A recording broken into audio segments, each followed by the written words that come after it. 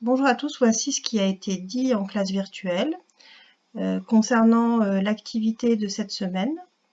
Elle fait suite à l'activité de la semaine dernière sur Manchester et la révolution industrielle.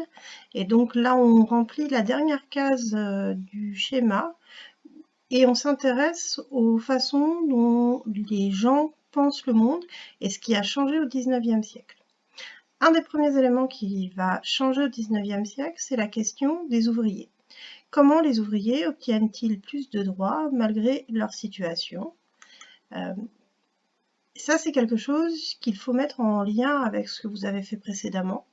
En étudiant Manchester et la condition ouvrière à Manchester, vous avez pu avoir quelques éléments sur le fonctionnement du monde ouvrier. Et donc, il faut vraiment faire le lien entre cette activité d'aujourd'hui et ce que vous avez fait la semaine dernière. Pour commencer donc sur ce mouvement ouvrier, sur comment les ouvriers obtiennent-ils plus de droits malgré leur situation, il faut dire que dans un premier temps, le mouvement ouvrier est réprimé. C'est valable pour la première partie du 19e siècle. Quand il y a des manifestations, les autorités vont régulièrement tirer sur la foule.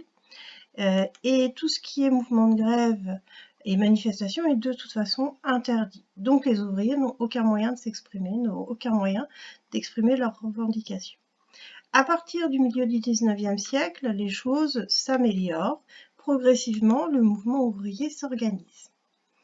Les grèves et les syndicats sont autorisés. On arrête de tirer sur la foule. Les ouvriers sont un peu plus entendus. Un des penseurs de ce mouvement ouvrier, c'est Karl Marx, avec le manifeste du Parti communiste en 1848. Pour savoir exactement de quoi il s'agit, je vous renvoie à la vidéo que j'avais faite sur le sujet. Mais là, on va avoir une idéologie dans laquelle les ouvriers vont pouvoir se reconnaître et qui va aller vers une volonté de changer la société. Autre chose qui change progressivement au cours du 19e siècle, c'est la question des lois sociales, c'est-à-dire des lois qui sont adaptées aux besoins des ouvriers. Ces lois sociales, elles ont deux volets principalement. D'un côté, l'interdiction progressive du travail des enfants. En 1841, on interdit en France, par exemple, le travail des enfants de moins de 8 ans. Et cette question du travail des enfants, de toute façon, elle sera réglée en France avec les lois scolaires de Jules Ferry en 1881-1882 qui obligent les enfants à aller à l'école. S'ils vont à l'école, ils ne travaillent pas. L'autre volet des lois sociales, ce sont les réductions du temps de travail. À la fin du siècle, on est sur une journée de travail qui est entre 10 et 12 heures, ce qui est une réduction par rapport au début du siècle, surtout parce qu'il y a un temps fixé par la loi. En 1906, les ouvriers obtiennent une journée de congé par semaine. Malgré tout, cette situation du mouvement ouvrier va rencontrer une opposition, celle de la bourgeoisie. La bourgeoisie, je rappelle, les bourgeois, c'est les patrons des ouvriers. Et les bourgeois, ils craignent une chose, ils craignent que si on améliore les conditions de travail des ouvriers, en les augmentant par exemple, cela entraîne une perte de leurs bénéfices. Donc ils refusent d'améliorer les conditions de travail des ouvriers.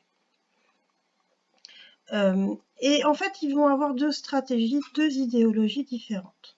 La première idéologie qu'on peut trouver chez les bourgeois, c'est le paternalisme. On considère que le patron, le bourgeois, est le père de l'ouvrier, qui est un mineur, qui ne sait pas trop ce qu'il fait, donc il a besoin d'être guidé par le bourgeois. Les patrons vont faire des actions sociales, ils vont installer des écoles dans les villes ouvrières, ils vont installer un médecin qui va pouvoir soigner les ouvriers, ils vont permettre aux ouvriers d'avoir accès à des logements plus facilement. Mais ces actions sociales ont pour but de fidéliser les ouvriers, qu'ils restent travailler à l'usine, qu'ils n'aillent pas travailler ailleurs, et puis également de limiter les manifestations sociales dans l'usine. Ça, c'est le premier moyen. L'autre idéologie qui va être partagée par les bourgeois, c'est le libéralisme.